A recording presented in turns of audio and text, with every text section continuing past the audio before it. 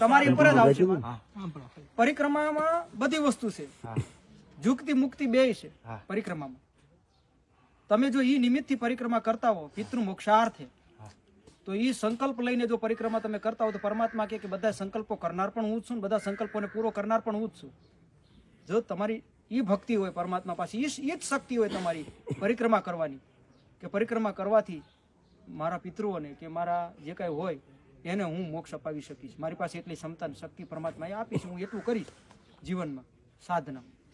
તો એ પરિક્રમા લેતા પહેલા આટલો તમે હાથમાં જળ લ્યો, જ્યારે ગેટમાં ગળો ત્યારે, અને જળ હાથમાં લઈને ત્યારે જ્યારે સંકલ્પ કરીને એ જળ ત્યાં તમે છોડો, અર્પણ કરીને પરમાત્માને 3 વાર ઓમ બોલી, જે નિમિત્તે જે કાર્ય કરવું હોય તમારે, એ નિમિત્તની તમે પરિક્રમા કરવા માંગતો તે નિમિત્તે કે મારા આટલા આટલા નામ બોલી, એ જે કાંઈ કે આના નિમિત્તે હું પરિક્રમા કરું છું, હે પ્રભુ આના આત્માને સદગતિ તમે અર્પિત કરો. મોક્ષની શું સદગતિ?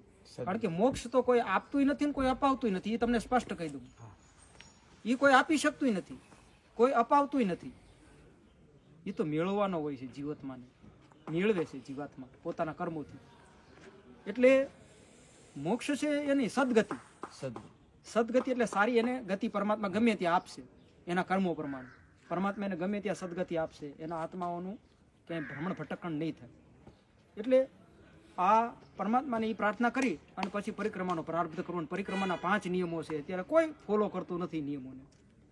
પહેલું તો તમે ત્યાં જાઓ એટલે આ ફેશન બધી ત્યાં ડેલાની બહાર મૂકી દેવી પડે. અંદર એક ટાઈમ ભોજન કરવાનું, અને જ્યાં પણ વિસામો કરો ત્યાં તમારી પાસે તમારા મોઢામાં વાત એક જ હોવી જોઈએ. શિવપુરાણની કથા હોવી જોઈએ, શિવની કથા હોવી જોઈએ, સંતોની કથા હોવી જોઈએ, અથવા તો કોઈને ભજન આવડતું હોય તો ભજન ગાઓ અને શ્રવણ કરો ને સાંભળો, એની મજા લેવાની છે.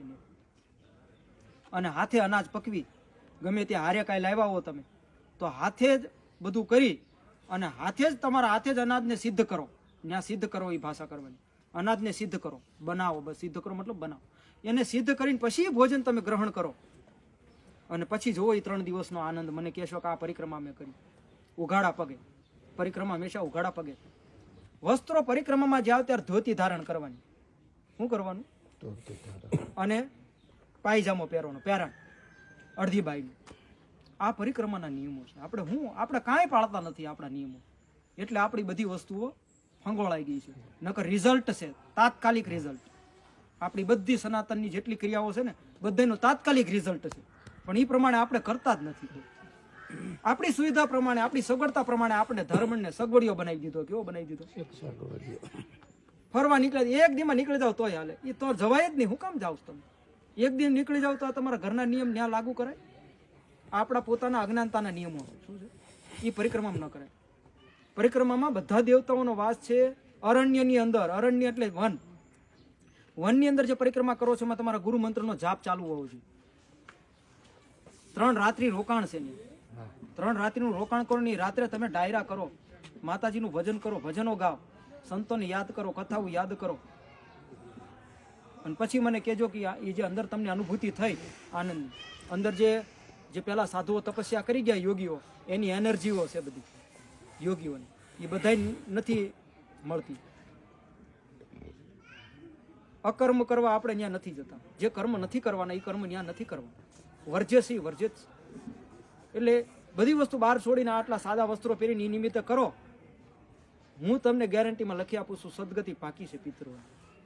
કોઈ પણ નિમિત્તે કરો પરિક્રમા, પણ આ નિયમથી કરો. 5 નિયમો પાળવાના. દેખારો નહીં કરવાનો. હારે એવા માણસોને લઈ જાઓ જેની પાસે સત્સંગ હારો હોય, કથા હારી હોય, જે કંઈક સાધુ સંતો હારે બેહેલા હોય, એની પાસે પાછી કથાઓ હોય સાંભળવા જેવી. શિવપુરાણની કથાઓ જેને આવડતી હોય, કેટલી કરોડો કથાઓ છે. મહાભારતના દ્રષ્ટાંતો જેની પાસે કથાઓ હોય, આવી તમે કથાઓ કરતા જાઓ તો ત્યાં કોઈ મહાપુરુષનો તમને ભેટો થાય. તમે ન ઓળખતા હોય ને કયા રૂપમાં મળે પરિક્રમામાં. એવા રહસ્યો છે.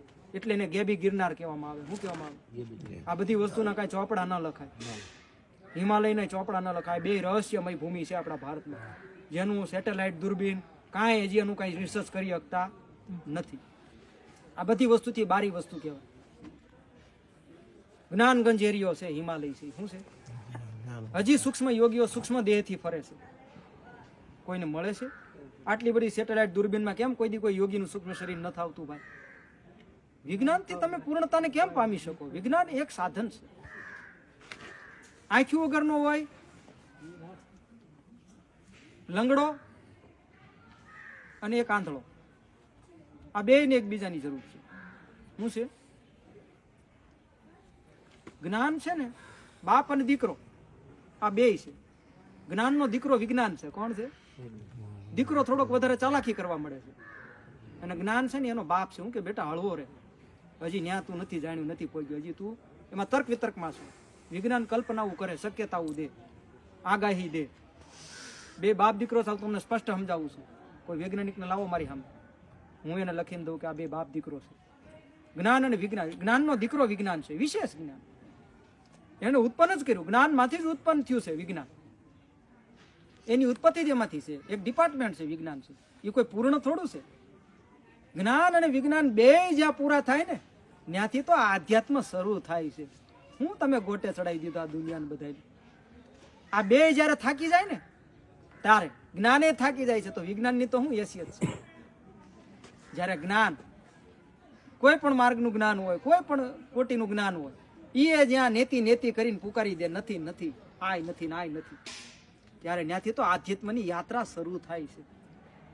એટલે બહુ ન ઉડવું, આપણે હળવું રહેવું, તો આપણને રસ્તો મળે.